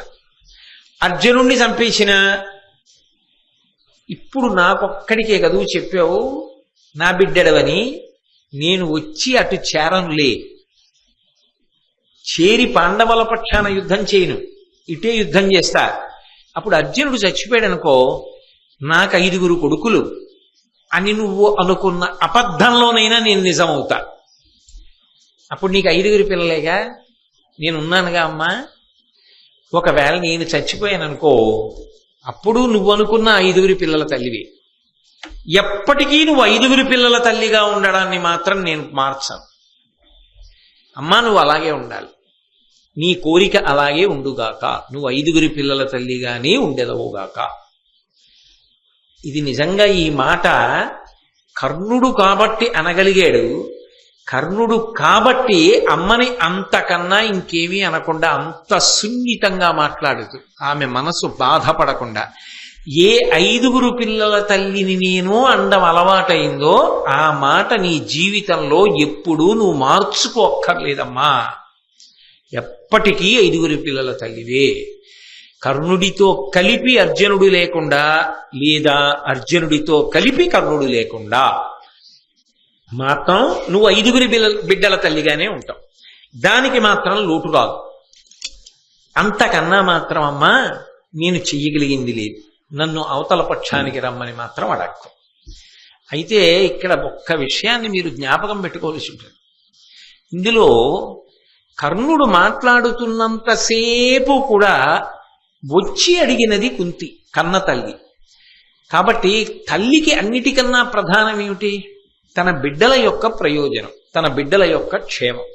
6 క్షేమంగా ఉండాలన్న ఉద్దేశ్యంతో ఇప్పుడు మాట్లాడుతోంది నువ్వు నా బిడ్డలవని, అందుకు పాండవ పక్షానికి వచ్చేసేయమంటోంది అన్న ఉద్దేశ్యంతో మాట్లాడాడు. ఆవిడ వెంటనే లేచి నిలబడి కర్ణుణ్ణి గట్టిగా కౌగిలించుకుని, కర్ణ నువ్వు అన్న మాట మరిచిపోకు, నీకు అర్జునుడు యుద్ధంలో ఎదురు పడితే యుద్ధం చేసి చంపగలిగితే చంపి, మిగిలిన 4 జోలికి వెళ్ళకు అని చెప్పి వెళ్ళిపోయింది. అంటే 5 బిడ్డల తల్లి అన్న మాట విషయంలో ఆవిడ కూడా కాదు అన్నమాట అనలేదు. ఆవిడ అది అంగీకరించి వెళ్ళిపోయింది. కానీ ఇక్కడ మీరు ఒక్క విషయాన్ని గమనించాలి. అసలు ఆవిడ బయలుదేరి వచ్చినప్పుడు ఎందుకు వచ్చింది గంగ ఒడ్డుకి? 6 బిడ్డల్ని కాపాడుకుందామన్న ఉద్దేశ్యం, ఆస్వార్థం మనసులో కలిగి మాత్రం ఆవిడ రాలేదు. ఆవిడ విదురుడి మాటల చేత ప్రభావితురాలై వచ్చింది. విదురుడు ఏం చెప్పాడు? కృష్ణుడే వచ్చి రాయబారం చెప్పినా అమ్మ అక్కడ కౌరవులు సమ్మతించలేదు, సంధి జరగడానికి అంగీకరించలేదు. అలా అంగీకరించలేదు కాబట్టి భారత యుద్ధం జరిగి తీరుతుంది. భారత యుద్ధం జరిగిన నాడు ఖచ్చితంగా కొన్ని లక్షల మంది వీరులు పడిపోతారు, ఈ వంశం క్షయమైపోతుంది. ఇది చూడవలసి రావడం మా ప్రారంధం అని బాధపడ్డాడు కదా. విదురుడంతటి వాడు వంశక్షయం అవుతుందని బాధపడుతుంటే తన వైపు నుంచి ఆపడానికి ఏమైనా అవకాశం ఉంటుందా అని ఆలోచించింది. ఆవిడికి వచ్చిన ఆలోచన ఏమిటంటే, కౌరవుల వైపు కర్ణుడు లేకపోతే యుద్ధానికి వెళ్ళరు. ఇప్పుడు కూడా తాను దాచిపెట్టడం అనవసరం. కర్ణుడొక్కడు కాని మళ్ళీ సత్యం తెలుసుకుని పాండవ పక్షానికి వస్తే యుద్ధం జరగదు, అందరూ క్షేమంగా ఉంటారు అని భావించి వెళ్ళింది తప్ప కేవలము తన 6 పిల్లలు మాత్రమే బాగుండాలని ఆమె వెళ్ళినట్టుగా భారతంలో కనపడలేదు నేపథ్యంలో. ఎందుకంటే విదురుడు మాట్లాడాక వెళ్ళింది ఆవిడ. అందుకే ఆవిడ మాట్లాడినప్పుడు నువ్వు పాండవ పక్షాన్ని చేరిపోయి పట్టాభిషేకాన్ని పొందు అని చెప్పి వదిలేసింది. దాని ఉద్దేశ్యం యుద్ధం జరగకుండా ఉండడం ఆవిడ కోరుకుంది. అంతేకాని ఆవిడ ఎక్కడా కూడా నా 6 బిడ్డలు నాకు బతకాలి, నా కడుపున పుట్టిన 6 ఏ ఒక్కడు మరణించడం కూడా నేను అంగీకరించలేను అన్న బేలతనం డొల్లతనం ఆవిడంటే. అర్జునుడు చచ్చిపోయినా నాకు పర్వాలేదు, ఘోరరణంలో మీ ఇద్దరు ఉత్తమమైన శౌర్యంతో పోరాడండి. ఆ మాట అన్నావు, పడగొడితే అర్జునుడిని పడగొట్టు అంది. అంటే ఆమె క్షాత్రధర్మము వైపు, యుద్ధ ధర్మము వైపు నిలబడింది తప్ప జనక్షయం కాకూడదని కోరుకుంది తప్ప కేవలము తన బిడ్డల గురించి మాత్రమే కుంతి ఆలోచించలేదు. కానీ కర్ణుడేమనుకున్నాడంటే, ఆమె తల్లిగా నా దగ్గరికి వచ్చి బిడ్డల గురించే ఆలోచిస్తోంది అనుకున్నాడు. అనుకుని 4 చంపను అన్నాడు తప్ప కుంతి అలా అడగలేదు. నాకెప్పుడూ 6 ఉండాలి, అందుకని 6 బ్రతకాలి, అందుకని నువ్వు వాళ్ళని చంపకు, నువ్వు వాళ్ళ పక్షానికి వచ్చేయి అని కుంతీదేవి ఎక్కడన్నా అడిగిందా? ఆవిడేం అడగలేదు. అంటే కర్ణుడు తప్పు చేశాడా? కర్ణుడు తప్పు చేయలేదు, కర్ణుడు ఒప్పే చేశాడు, తల్లిని తల్లిగా చూశాడు. కానీ ఆ తల్లితో అంత బాగా కలిసి మెలగనివాడు కాబట్టి ఆ తల్లి ఎంత ధార్మిక నిష్ఠతో, ఎంత విశాల హృదయంతో మాట్లాడగలదో గమనించలేకపోయాడు. గమనించలేక కర్ణుడే ప్రతిజ్ఞ చేశాడు, 4 దొరికినా చంపనన్నాడు. 4 దొరికినా చంపనని కర్ణుడు అన్నాడు తప్ప కుంతీదేవి వరం అడగలేదు. ఎక్కడా భారతంలో కుంతీదేవి తాను నోరు విప్పి పాండవులు దొరికినా చంపవద్దు, నాకు 5 బిడ్డలు మిగిలేటట్టుగా నువ్వు చూడు అని అడిగిన కఠిన హృదయురాలు కుంతీదేవి కానే కాదు. వరమిచ్చిన కర్ణుడు ఆయన ఏమి తప్పు చేసి ఇచ్చినవాడు కాడు. ఆయన కూడా అమ్మతనాన్ని దృష్టిలో పెట్టుకుని పరమ ప్రేమతో ఆ వరాన్ని ఇచ్చాడు. ఆయన వరకు ఆయన భావన నిజం, కుంతి వరకు కుంతి భావన నిజం. కర్ణుడు ఆ మాట అనేసిన తరువాత ఆమె వాదనకి దిగలేదు. ఇది ఇంతే భగవత్ సంకల్పము అంది. అంటే నేను వచ్చి మాట్లాడినది ఒకటైతే నీకు ఒకలా అర్థమై ప్రతిజ్ఞ చేశావు. అంటే ఒక్క విషయం అర్థమైపోతోంది, ఖచ్చితంగా నువ్వు ఆ పాండవ పక్షానికి రావు, కౌరవ పక్షాన ఉంటావు, జనక్షయం జరుగుతుంది, వంశక్షయం అవుతుంది. కానీ అమ్మ ప్రేమని దృష్టిలో పెట్టుకుని 5 ఉంటారని నువ్వు అన్నావు. ఆ మాట కాదని అమ్మతనానికి నేను మచ్చ తెచ్చుకోలేను, కాబట్టి అలాగే చెయ్యి అని. ఇప్పుడు కుంతి వరకు కుంతి చాలా గొప్పది, కర్ణుడి వరకు కర్ణుడు చాలా గొప్పవాడు. పాడైపోయిన వాడెవరు? దుర్యోధనుడు. ఎందుకు పాడైపోయాడు? ఆవిడ ఎందుకు వచ్చిందో కర్ణుడు సరిగ్గా అర్థం చేసుకుని ఉండి ఉంటే ఈ మాట అనక్కర్లేదు. నేను ఇప్పుడు రాలేనని వదిలేస్తే సరిపోయింది. అదే జరిగి ఉంటే ధర్మరాజు గారు దొరికాడు కర్ణుడికి ఒకసారి. ఇంకొకలా భారతంలో ఏమైనా జరిగి ఉంటే భారతం ఏమైపోతుంది? ఇంకా ధర్మం ఎలా నిలబడుతుంది? ధర్మపక్షం ఎలా నిలబడుతుంది? ప్రచోదయాత్, ఆలోచనలనిచ్చేది పరమేశ్వరుడే. అందుకే అప్పటికి కుంతిని చూడగానే కర్ణుడికి ఒకలా ఆలోచన వచ్చింది. అమ్మగా వచ్చింది అనుకుని నలుగురిని చంపనని ప్రతిజ్ఞ చేశాడు. చేసిన వాడు దుర్యోధనుడికి వెళ్ళి చెప్పాడా? దుర్యోధన, నేను ప్రతిజ్ఞ చేశానయ్యా, పాండవుల్లో నలుగురిని చంపను, అర్జునుడు ఒక్కడినే చంపుతాను. భీష్ముడు ఎంత స్పష్టంగా చెప్పేశాడో, ద్రోణుడు ఎంత స్పష్టంగా చెప్పేశాడో, కర్ణుడు అంత స్పష్టంగా దుర్యోధనుడికి చెప్పేశాడా? చెప్పలేదు. చెప్పకపోవడం వల్ల ఆయన ఏమనుకుంటున్నాడంటే 5గురిలో ఎవరినైనా కొడతాడు అర్జునుడు ప్రధానుడు తప్ప అనుకుని యుద్ధానికి వెళ్ళాడు. ఈయన ప్రతిజ్ఞ ఈయన గుర్తు పెట్టుకుని పాలించాడు. ఈయన అలా పాలిస్తాడని తెలియక యుద్ధానికి వచ్చి వాడు చెడిపోయాడు. అయితే పాడైంది ఏ కారణానికి పాడైనా గొంగళిలో తింటూ వెంట్రుకలేరి ప్రయోజనం ఏమిటి? అధర్మానికి నిలబడిన వాడు, రాశీభూతమైన స్వార్థపరుడు, అన్ని దుష్టమైన ఆలోచనలు ఉన్నటువంటి దుర్యోధనుడికి ఉత్తమ ప్రయోజనాలు ఎలా లభిస్తాయి? మరి కర్ణుడు ఎందుకు పాపం ఈ ప్రశ్నలకి లోనవ్వాల్సి వచ్చింది అంటే సహజంగా కర్ణుడు చాలా మంచివాడు అని అర్థమవుతోంది ఈ దృష్టాంతాల్లో. అమ్మని చూడగానే అమ్మ ప్రేమని దృష్టిలో పెట్టుకునే మాట్లాడాడు. ఆయన వరకు కించిత్ దోషం లేదు. కానీ ఆయన ఎందుకు చటుక్కనక్కర్లేని ప్రతిజ్ఞ చేశాడు మరి అంటే బుద్ధి వైభవం ఎందుకు తగ్గిపోతుంటుంది అంటే దుష్టులతోటి సాంగత్యం ఎక్కువైతే బుద్ధి వక్రిస్తూ ఉంటుంది.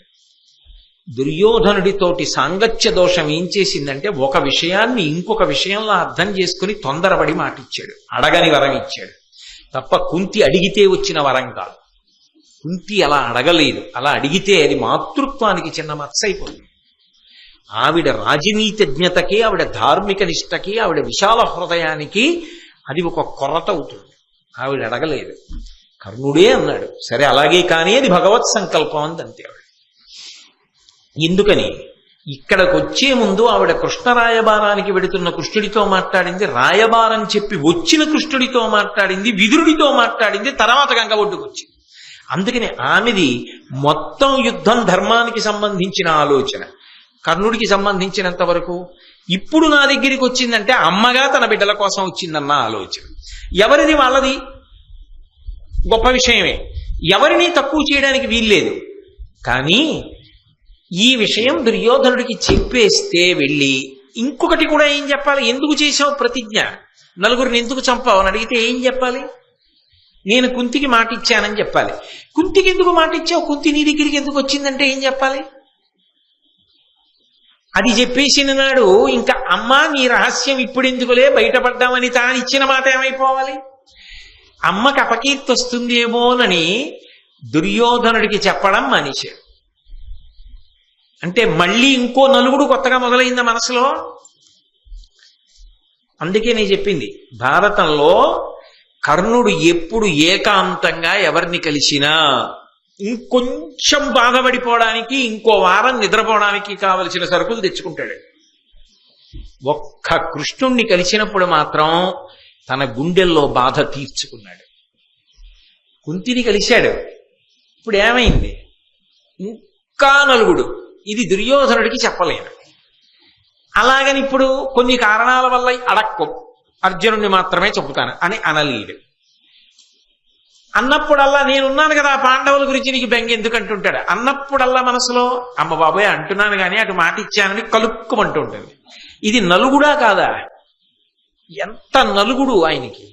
ఎవరితో చెప్తాడు ఈ విషయాలు? ఎవ్వరికీ చెప్పలేడు.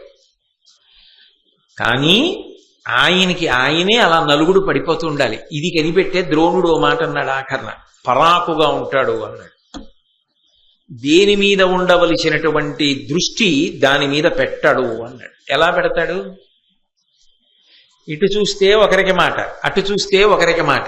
ఎలా అక్కడ చేయడం? ఏదీ పైకి చెప్పుకోలేడు.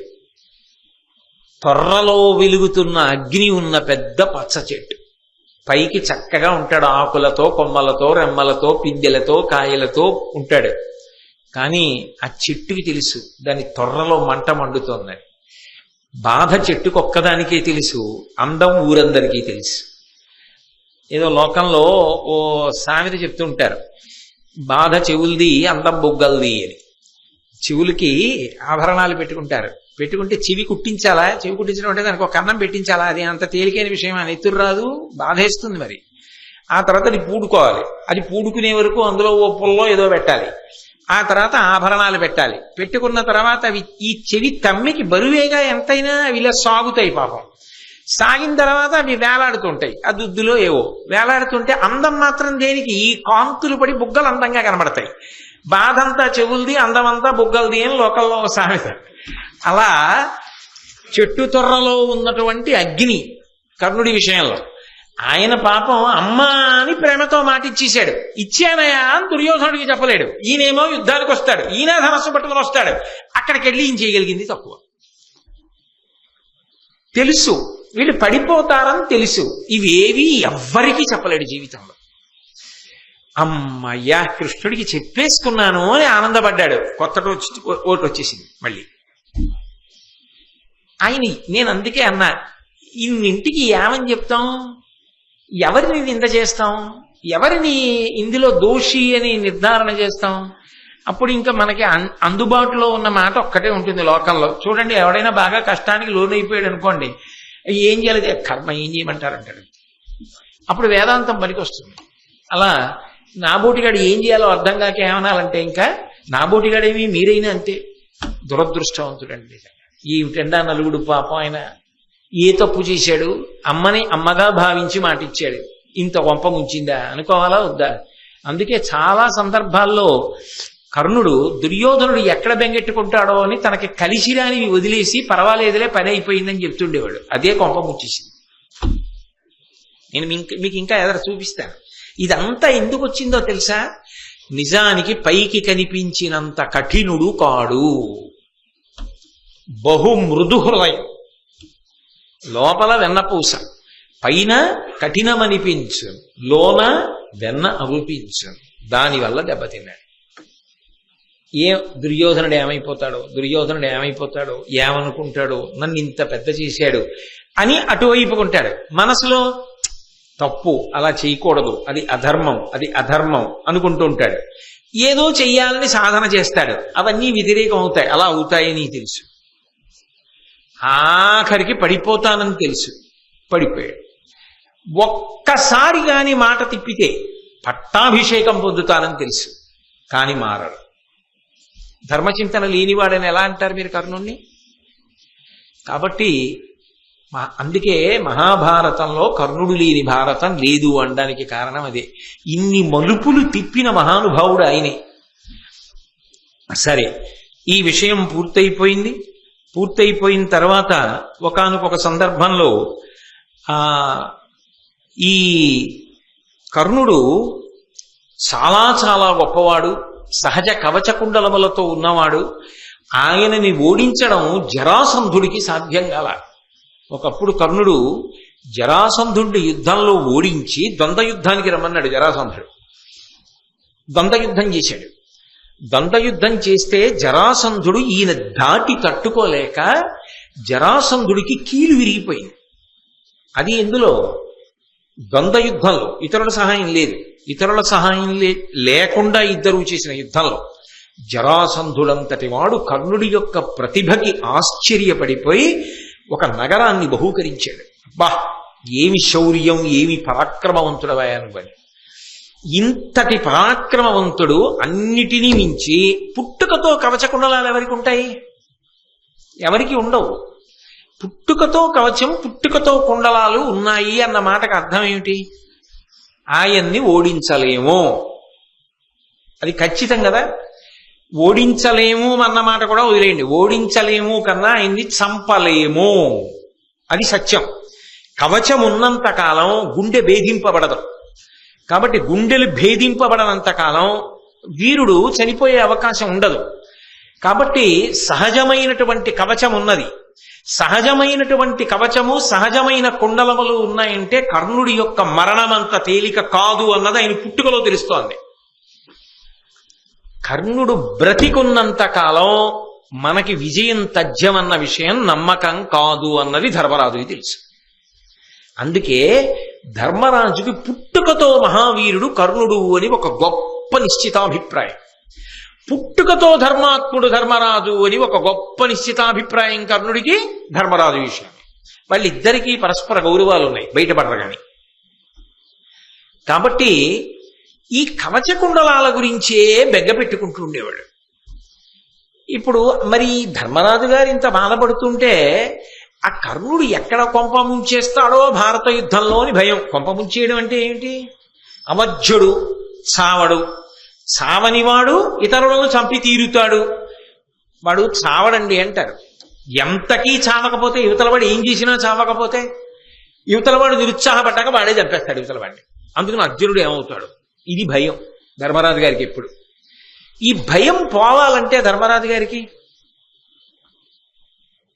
దేవతలు పూనుకోవాలి.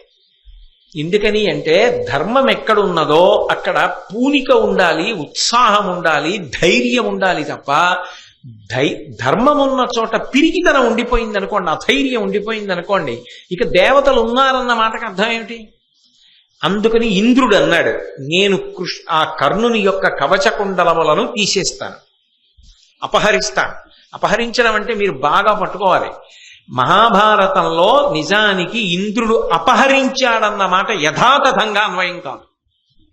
అపహరించడం అంటే ఏంటి? దొంగతనం చేయడం. దొంగతనం చేయడం అంటే ఏంటి? అవతలవాడికి తెలియకుండా వాడి వస్తువు పట్టుకెళ్ళిపోతే దొంగతనం.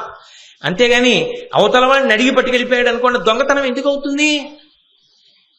అయ్యా ఈ పుస్తకం ఏమిటో రోజు మీరు చూస్తున్నారు, నాకు ఇచ్చేద్దరు ఆ పుస్తకం, నేను చదువుకుంటానన్నారు అనుకోండి. మీరు నేను ఏదో ఒక చోట భారతం ఆపుతాను కదా, ఆపినప్పుడు ఈ పుస్తకం నాకు ఇచ్చేద్దరు అన్నారు అనుకోండి, అయ్యో చాలా కష్టపడి రాసుకున్నానండి అనుకున్నా, సరే చదువుకుంటానంటున్నారుగా తీసుకోండి అని నేను ఈ పుస్తకం ఇచ్చేసాను అనుకోండి. ఇచ్చేస్తే మీరు నా పుస్తకాన్ని అపహరించారని ఎలా అంటాం? మీరు నన్ను అడిగారు, ఇచ్చేశాను. పోని చాగటి కోటేశ్వరరావు గారికి ఒక బలహీనత ఉందండి, తెల్ల పంచ, తెల్ల లాల్చి, తెల్లటి ఉత్తరీయం వేసుకొస్తే పుస్తకం అడిగితే కాదండి ఇచ్చేస్తాడు అలా కనబడితే మాత్రం. అంటే మీరు అలా బట్టలు కట్టుకుని వచ్చారనుకోండి, నేను ఇచ్చేసాను అనుకోండి, అప్పుడు మాత్రం అపహరించారా?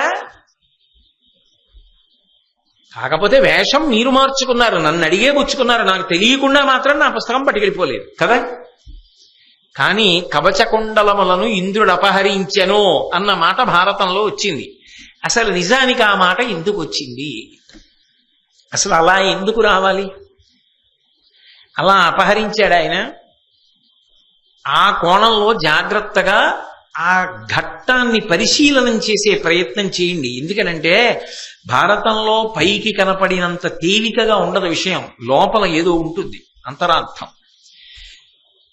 ఇంద్రుడు కర్ణుని యొక్క సహజముగా ఉన్నటువంటి కవచకుండలములను తీసుకుపోవాలనుకున్నాడు, అపహరించాలనుకున్నాడు. పోని దొంగతనం చెయ్యాలనుకున్నవాడు అందరికీ తెలిసేటట్టు చేస్తాడా?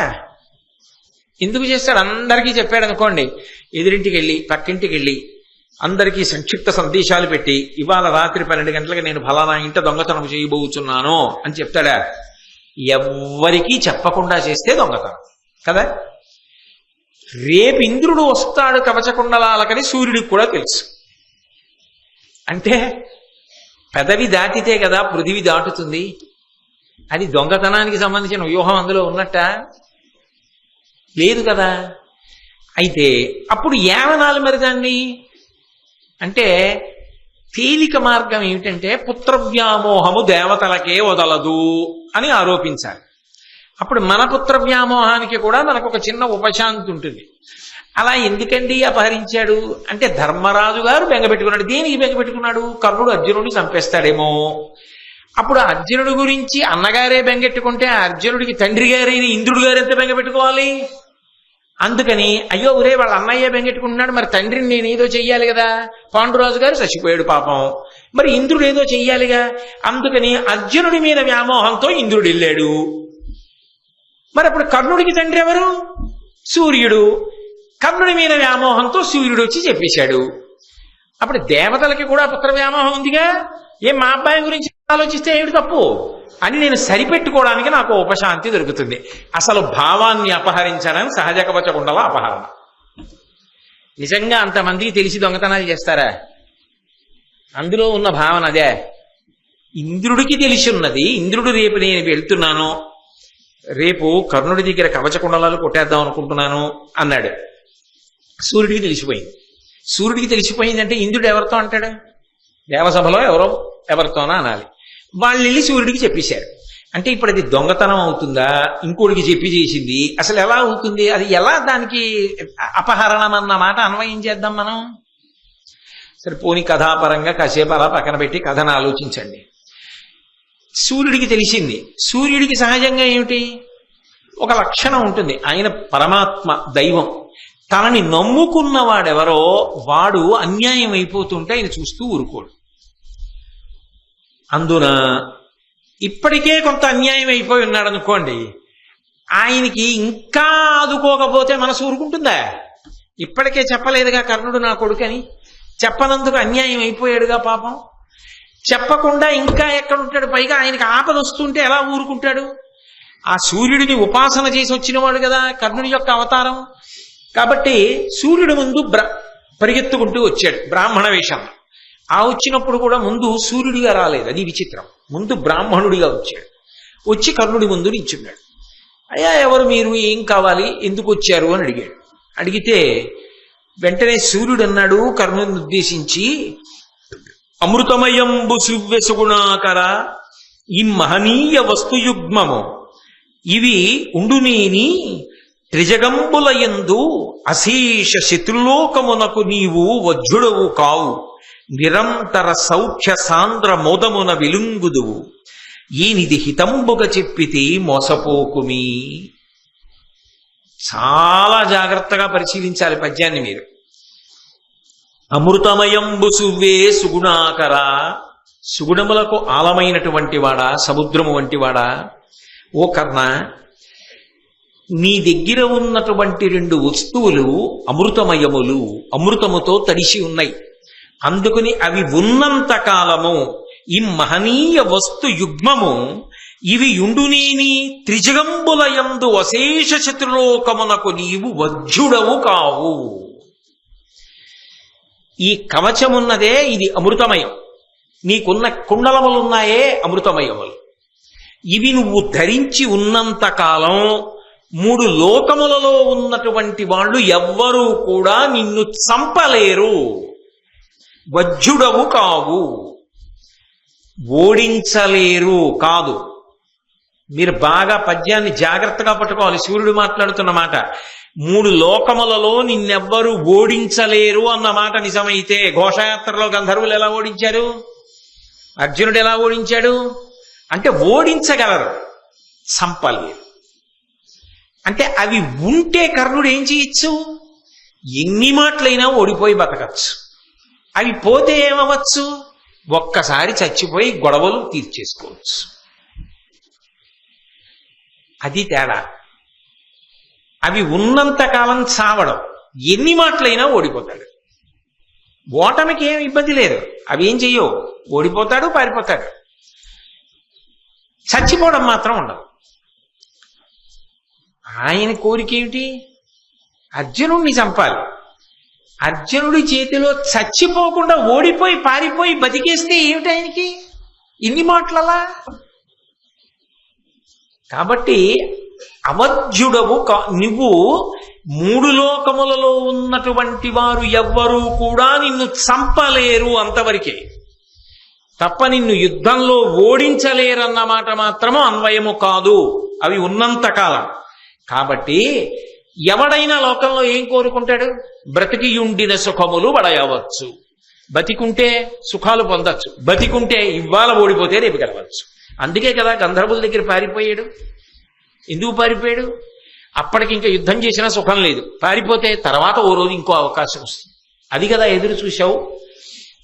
నువ్వు బ్రతకడం ఈ కవచకుండలాల మీద ఆధారపడి ఉంది. కానీ అవి ఎంత గొప్ప సౌఖ్యాన్ని ఇస్తాయో, ఎంత సుఖాన్ని ఇస్తాయో అంత గొప్పవైన కారణం చేతనే అంత గొప్పవాడొకడు వీటిని తీసుకోవడానికి వస్తున్నాడు. ఆయన ఎవరో కాదు, ఇంద్రుడు వస్తాడు. కాబట్టి నాయనా చాలా జాగ్రత్తగా ఉండు సుమా, అవి రేపు అడుగుతాడు సుమా, వచ్చి ఇవ్వకు సుమా, వాటి మీద నీ బ్రతుకు ఆధారపడుంది. అవి కాని పోయాయా ఓటమే కాదు, చచ్చిపోతావు కూడా. నువ్వు ఓడిపోవడం ఒకటే అని చెప్పడం కుదరదు, చచ్చిపోతావు కూడా, చంపేయచ్చప్పుడు నిన్ను. కాబట్టి జాగ్రత్త, ఇవ్వవద్దు అనగానే కర్ణుడికి ఆశ్చర్యం వేసింది. ఈయనకెందుకు ఇంత ప్రేమ?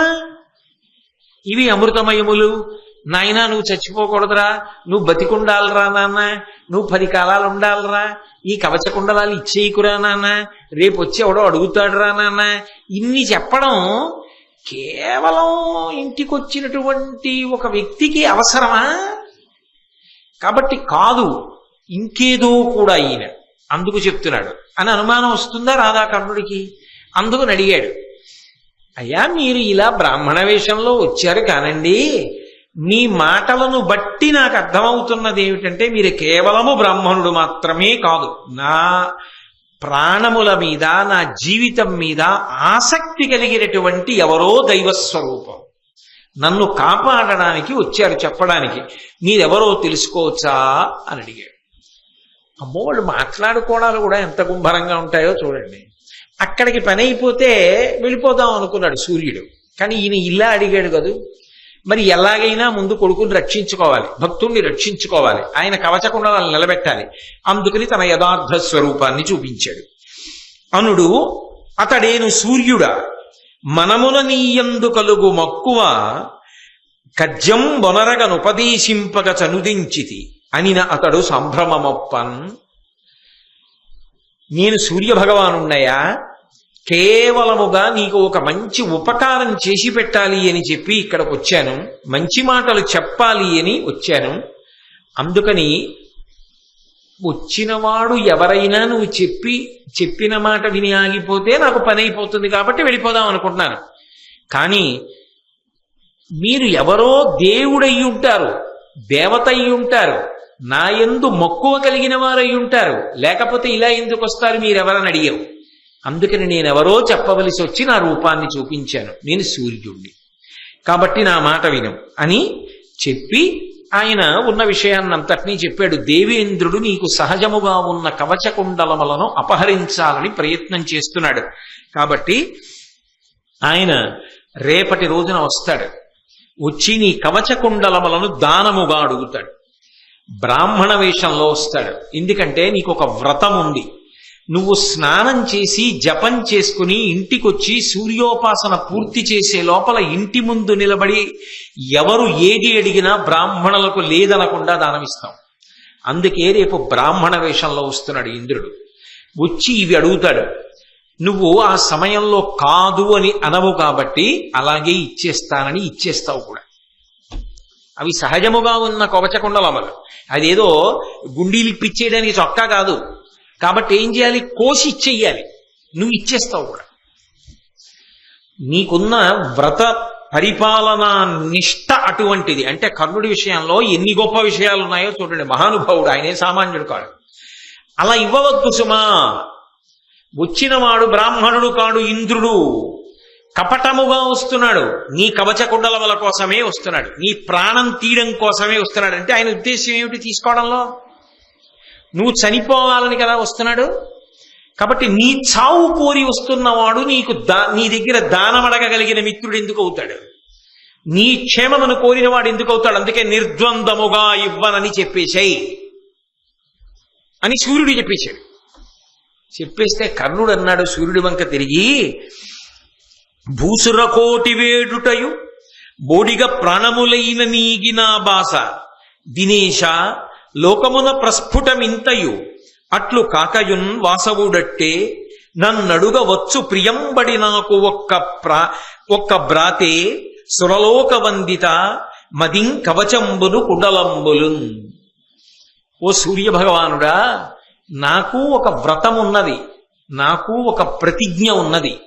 నేను ప్రతిరోజు కూడా అనుష్ఠానం చేసుకుని వచ్చి ఇంట్లో సూర్యోపాసన పూర్తి చేసే లోపల ఇంటి ముందుకి ఎంతమంది బ్రాహ్మణులు వచ్చి నిలబడతారో ఆ వచ్చి నిలబడిన వారు ఎవరు ఏది అడిగితే వాళ్ళ మాట కాదనకుండా నా శక్తి కొలది దానం చేస్తాను అని నా నియమం. నాకున్న సహజమైన కవచ కుండలములను ఇవ్వగలిగినది నా శక్తి. ఇవ్వను అని ఎలా అనగలను? అలా అన్ననాడు నా కీర్తి పోదా? నేను పెట్టుకున్న వ్రతం భంగమైపోదా? నేను పెట్టుకున్న ఆచారము భగ్నమైపోలేదా? అప్పుడు నాకు అపకీర్తి రాదా? అన్నమాట తప్పన? వచ్చినవాడు ఇంద్రుడే కావచ్చు, బ్రాహ్మణ వేషంలోనే రావచ్చు, అయినా కాదని నేను అనను. ఆ సమయంలో వస్తాడు కాబట్టి అడిగితే ఇచ్చేయవలసిందే. అది నా వ్రతం అంతే. కీర్తి విడువజాల కీర్తితో మెలగంగా చావు వచ్చనేని సత్తు కాని జగములోన నెల్ల సడికంటే చావు మేలనగబరగు మాట అనగా వినవే. కీర్తిని మాత్రం నేను విడిచిపెట్టలేను. కీర్తిని విడిచిపెట్టి కేవలముగా అపకీర్తితో బ్రతకడం నా వల్ల జరిగే పని కాదు. ఒకవేళ కీర్తి కోసం నేను ప్రయత్నం చేస్తున్న కారణం చేత నాకు చావు వస్తే కీర్తి కోసం చచ్చిపోతాను తప్ప కీర్తిని వదిలిపెట్టి అపకీర్తితో బ్రతకడానికి మాత్రం ఇష్టపడను. ఇందులో చాలా పట్టుదల కనపడుతుంది. ఏ కారణము చేత వ్రతభంగము చెయ్యను, వ్రతభంగము చేసి ప్రాణములు నిలబెట్టుకున్నాడన్న అపకీర్తిని నేను పొందను. అంత పట్టుదల ఉండడం, అలా వ్రతాచరణ చేస్తాను అని చెప్పడం, వస్తున్నది సహజ కవచ కుండలాల కోసము అన్న విషయాన్ని తెలిసి కూడా ఎట్టి పరిస్థితులలో ఇచ్చేస్తాను తప్ప వాటి కోసం అబద్ధవాడి అపకీర్తితో బతకను అనగలిగినటువంటి వాడు బహు తక్కువ ఉంటారు. అసలు కర్ణుడి కన్నా ఉంటారా అన్నది కూడా అనుమానమే. అంత ధృతి చాలా గొప్పది. అయితే నీకు కీర్తి కండుతా, ఆ కీర్తి కోసం చచ్చిపోతావా అంటావేమో సూర్య భగవానుడా. ఒక్క మాట చెప్తాను విను. కీర్తి ఇచ్చు పుణ్యగతి కీర్తియా తల్లియుబోలె బ్రోచు సత్కీర్తియ ఆయువున్ సిరియు కీర్తి విహీనుడచూ శవంబు దుష్కీర్తను ఎల్లచేటులను గిట్టి హరించుననండే తొల్లి భక్తార్తిహరుండు నా బరగు అంబుజసూతి జగద్ధితంబుగన్. ఓ ఇంద్రుడా, నీకు తెలియనిదా? మనిషి సంపాదించుకున్నటువంటి కీర్తి ఏది ఉంటుందో అదే పుణ్యగతినిస్తుంది. ఎందుకంటే లోకంలో ఒక విషయాన్ని చెప్తారు. మనిషి యశో శరీరము అని ఒకదాన్ని పొందుతాడు. భౌతికమైన శరీరము శాశ్వతముగా ఉండదు కదా, భౌతిక శరీరం పడిపోతుంది, యశో శరీరము మిగిలిపోతుంది. ఆయన పేరు అలా కీర్తి వినపడుతూనే ఉంటుంది. బా, మహానుభావుడు ఎంత గొప్పవాడండి అంటుంటారు లోకంలో. ఓ డొక్కా సీతమ్మ గారిని తలుచుకున్నారనుకోండి, మహాతల్లి ఏమి అన్నదానం చేసిందండి అని తలుచుకుంటుంటారు. లోకంలో కీర్తి ఎంతకాలము నిలబడుతుందో అంతకాలము స్వర్గలోకవాసం ఇస్తారు అని. అందుకని యశో శరీరుడై నిలబడాలని కోరుకుంటాడు. మనిషి కీర్తి కోసం ప్రయత్నం చెయ్యాలి, ప్రయత్నపూర్వకంగా కీర్తిని సంపాదించుకోవాలి. కష్టపడకుండా కీర్తి రమ్మంటే ఎక్కడి నుంచి వస్తుంది? కష్టపడితే, ఉత్తమ కర్మలు చేస్తే, త్యాగం చేస్తే కీర్తి వస్తుంది. కాబట్టి యశమునందు అనురక్తియు ప్రకృతి సిద్ధ గుణంబులు సజ్జనాళికి అంటాడు భర్తృహరి. కీర్తి పొందాలనేటటువంటి కోరిక సజ్జనులకు మాత్రమే కలుగుతుంది. ఎంత కష్టపడైనా నేను కీర్తివంతుడనవుతాను తప్ప అపకీర్తి నాకొద్దు అనుకుంటారు.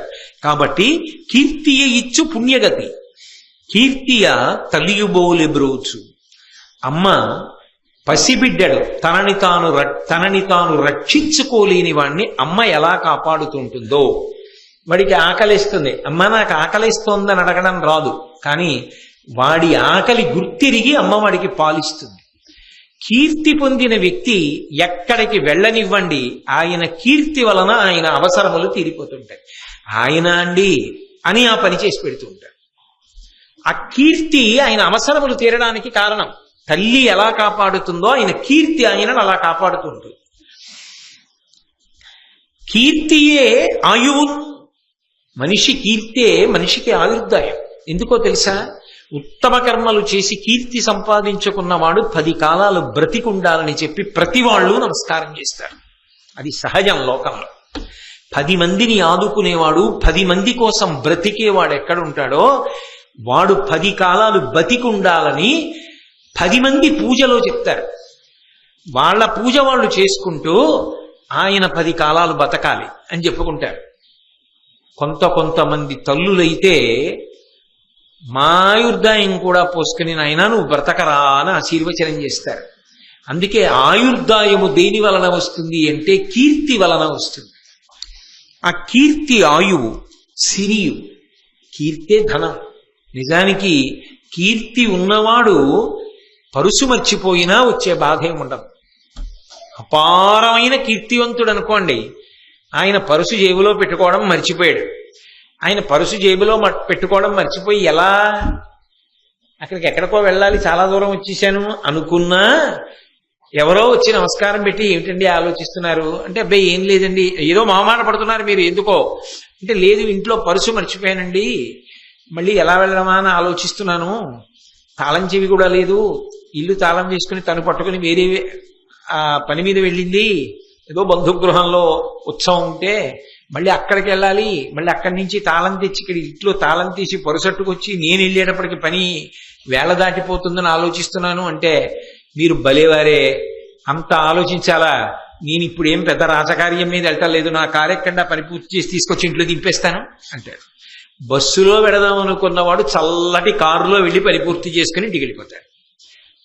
డబ్బుంటే బస్సు ఎక్కి వెళ్ళాలి, కీర్తి ఉంటే పరుసు మర్చిపోయినా ఏసీ కారులో వెళ్ళచ్చు. కాబట్టి కీర్తియే సిరి. కీర్తిని మించిన ఐశ్వర్యమే ఉంటుంది, అంతగా మించిన డబ్బే ఉంటుంది. కీర్తిహీనుడచు శవంబు. ఏ కీర్తి లేనివాడు శవంతో సమానం. అక్కడ శవం ఉందనుకోండి అందరూ దూరంగా పోతారు. ఏ కీర్తి లేదనుకోండి జీవితంలో మరి ఏ ఉపకారం ఎవరికీ చేయలేదని గుర్తు దానిది. కీర్తి అంటే ఏమిటండి, ఎవ్వరికీ ఏ ఉపకారం చేయలేదు. ఎవ్వరికీ ఏ ఉపకారం చేయని వాడు ఎవరికి తెలుస్తాడు? ఎవ్వరికీ తెలియదు. శవాన్ని పట్టించుకోకుండా అలా పక్క నుంచి ఎలా పోతారో శవాన్ని శవం తాలూకా వాళ్లే పట్టించుకోవాలి. మీరు ఒక విషయాన్ని బాగా గుర్తుపెట్టుకోవాల్సింది ఉంటుంది. చాలా మందికి లోకంలో ఒక భయం ఉంటుంది, చచ్చిపోయాక ఎలా అని. చచ్చిపోయాక ఎలా అని ఆలోచించవలసిన వాళ్ళు లోకంలో ఒక్క కడుపున పుట్టిన సంతానమే. అథవా కాకపోతే చిట్ట చివర దాని గురించి ఆలోచించవలసిన వాళ్ళు పురపాలక సంఘం వాళ్ళు. చచ్చిపోయాక ఎలా అన్న దాని గురించి ఆలోచించవలసిన అవసరమే లేదు. చచ్చిపోయే లోపల ఎలా అన్నదే మనం ఆలోచించాలి. ఈ లోపల ఏం చెయ్యాలి, మరణం వచ్చే లోపల నేను ఎంత చెయ్యగలను, ఏం చెయ్యగలను అన్న వరకే.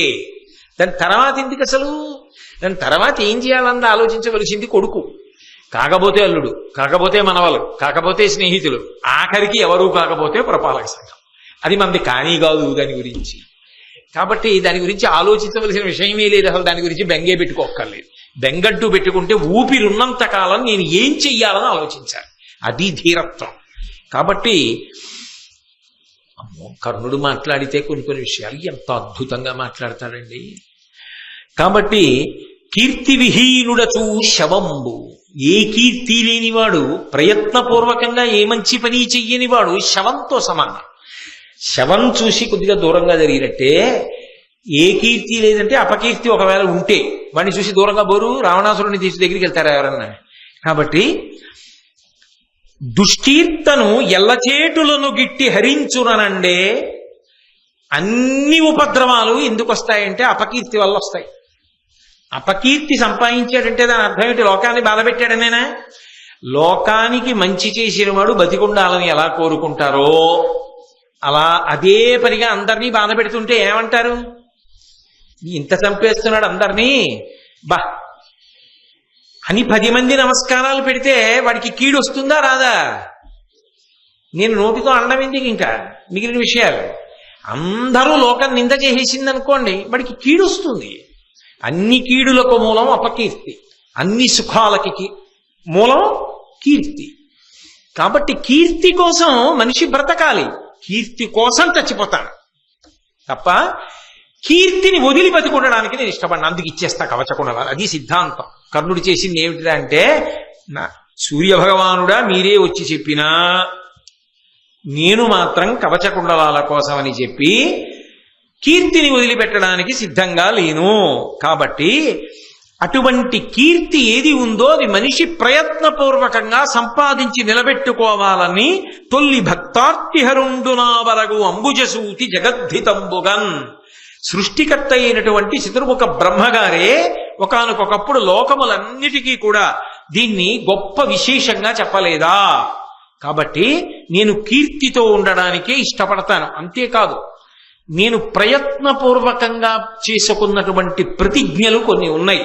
ఆ ప్రతిజ్ఞ అతిక్రమించను. అది నిజంగా క్రమశిక్షణ.